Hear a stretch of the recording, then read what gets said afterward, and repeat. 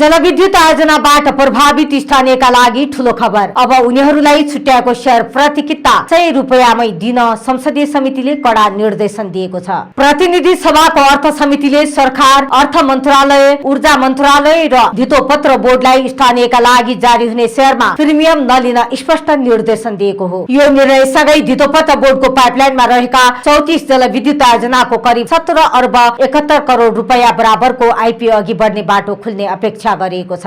यसअघि केही कम्पनीले प्रभावित स्थानीयलाई समेत प्रिमियम मूल्यमा शेयर जारी गर्न खोजेपछि विवाद बढेको थियो। स्थानीयको पहुँच घट्ने र आयोजना प्रतिको अपनत्व कमजोर हुने भन्दै विरोध हुँदै आएको थियो। हालको व्यवस्था अनुसार आयोजनाले जारी पुँजीको 10% सम्म शेयर प्रभावित स्थानीयका लागि छुट्याउनु पर्ने व्यवस्था छ। अब त्यस्तो शेयर अंकित मूल्य अर्थात ₹100 उपलब्ध गराउनु पर्ने समितिको निर्देशन छ। समितिले निर्देशन कार्यान्वयन नगरे 30 दिनभित्र कारण सहित जानकारी दिन समेत भनेको छ। अब मुख्य प्रश्न, यो निर्णयले रोकिएका जलविद्युत आइपीओ साँच्चै बाटो खुल्छन् कि कार्यान्वयनमा फेरि अर्को अवरोध आउँछ?